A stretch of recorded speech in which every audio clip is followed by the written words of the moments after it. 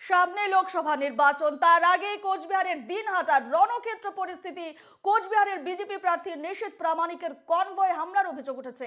উত্তরবঙ্গ উন্নয়ন মন্ত্রী এবং দিনহাটার বিধায়ক উদয়ন গুহর বিরুদ্ধে হামলার অভিযোগ করেছেন নিশীথ। যদিও অভিযোগ উড়িয়ে নিশীথ ও তাঁর অনুগামীদের বিরুদ্ধে হামলার অভিযোগ উদয়নের। সংঘর্ষ এতটাই মারাত্মক আকার নেয় যে এসডিপিওর মাথা ফেটে যায়, তাকে হাসপাতালে ভর্তি করা হয়েছে। ঘটনার জেরে তৃণমূল কংগ্রেস বুধবার সকাল 6টা থেকে 24 ঘন্টার জন্য বন্ধের ডাক দিয়েছে। জানা গিয়েছে, দিনহাটার চৌপতিতে মঙ্গলবার রাতে উদয়ন গুহর জন্মদিন পালনের অনুষ্ঠান চলছিল। সেই সময় সেখানে চলে আসে নিশীথ প্রামাণিকের কনভয়। উদয়ন গুহর অনুগামীদের মুখোমুখি হয়ে যায় নিশীথ প্রামাণিকের অনুগামীরা। এরপরই দুদলের বচসা শুরু হয়। তার জেরে তার সংঘর্ষের চেহারা নেয় বলে দাবি প্রত্যক্ষদর্শীদের। অভিযোগ, উদয়ন গুহ ও নিশীথ প্রামাণিক উত্তেজনার বশে একে অপরের দিকেও তেড়ে যান। পরিস্থিতি নিয়ন্ত্রণে নামানো হয় র্যাফ নামে বিশাল পুলিশ বাহিনী।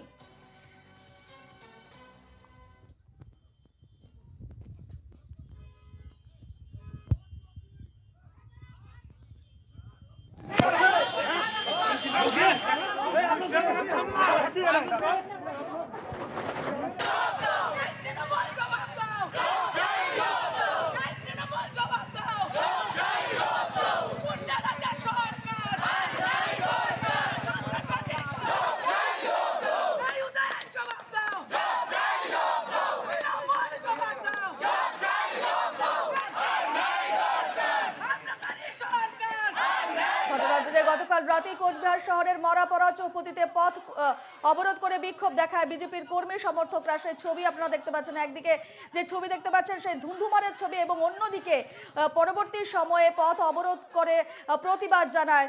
মরা চৌপতিতে পথ অবরোধ করে বিক্ষোভ দেখায় বিজেপির কর্মী সমর্থকরা। দুটো ছবি আপনারা পাশাপাশি দেখতে পাচ্ছেন।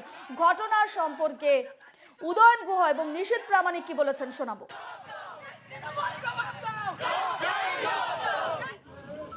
গাড়ির থেকে দুজন মহিলা, তারপরে ওদের জেলা সভাপতি সহ কয়েকজন সব মোটা মোটা বাঁশ লাঠি নিয়ে যাকে পারছে পেটাতে শুরু করেছে। এমনকি ইনোসেন্ট পথচারী তাদেরও মারছে। আমার সাথে যে গাড়ি ছিল সেই গাড়ি ভেঙে দিল। গাড়ির থেকে নেমে তারা আমাদের দিনহাটা থানার পুলিশ সহ অন্যান্যদেরকে মারতে শুরু করলো। তীর ছুটছে, এই যে তীর, কাটা পাথর ছোড়া হচ্ছে এবং লাঠি নিয়ে আক্রমণ করছে। সে একেবারে তৈরি হয়ে বেরিয়েছে গোলমাল পাকাবার জন্য। এই কি মানে নির্বাচন কমিশনের কি কোনো ভূমিকা আছে? পরিকল্পিতভাবে গোলমাল করে দিনহাটা শান্ত দিনহাটাকে অশান্ত করবার চেষ্টা করছে। এই যে তীরগুলো দেখুন। আমি রাজ্য পার্টিকে জানাবো। নির্ধারিত কর্মসূচি ছিল, আপনারা জানেন। আমাদের নির্ধারিত কর্মসূচি অনুযায়ী আমরা বিভিন্ন জায়গায় আমরা জনসংযোগ কার্যক্রম করি এবং জনসংযোগ করে ফেরার পথে আমরা একটা প্রোগ্রামের পাশ দিয়ে আসছিলাম, যেখানে তৃণমূল কংগ্রেসের কিছু ছোট একটা কোনো কার্যক্রম বা প্রোগ্রাম হচ্ছিল। কিন্তু হঠাৎ অতর্কিত সেই প্রোগ্রাম থেকে আমাদের গাড়িতে পাথর ছুটে আসতে থাকে এবং একের পর এক পাথর, সেখানে ধারালো অস্ত্র দিয়ে আঘাত এবং আগ্নেয়াস্ত্র তারা হাতে উঠিয়ে বারবার কিন্তু সেখানে এসে হুমকি প্রদর্শন করতে থাকে। আমার কনভয়টা তখন অনেকটা এগিয়ে গেছে, ঠিক পেছনের দিকে এই আক্রমণ চলছিল এবং আমার যে গাড়ি সেই গাড়িতেও আঘাত লেগেছে, সেই গাড়ির কাছেও আঘাত লেগেছে। যদিও বুলেট প্রুফ গাড়ি বলে কিছু হয়নি, কিন্তু এই ধরনের ঘটনা, দিনহাটার বুকে এই ধরনের ঘটনা, আমি বলবো এটা অত্যন্ত লজ্জার। উদয়ন গুহ তার গুন্ডা, তার যে সন্ত্রাসকারী যারা ছিল তৃণমূল কংগ্রেসের, তাদেরকে নিয়ে এগোতে থাকে এবং আমাদের কর্মীর উপর আঘাত করতে থাকে। এটা সত্যি ভাবতে অবাক লাগে যে একজন জনপ্রতিনিধি হয়ে এইভাবে প্রকাশ্য। এই আমরা প্রতিবাদ জানাচ্ছি। আজকে এখানে ল অ্যান্ড অর্ডার বলে, আইন শৃঙ্খলা বলে কিছু নেই। পুলিশকে কাজে লাগিয়ে আজকে তৃণমূলের গুন্ডা বাহিনীরা আজকে আমাদের গাড়ির উপরে চড়া হয়েছে।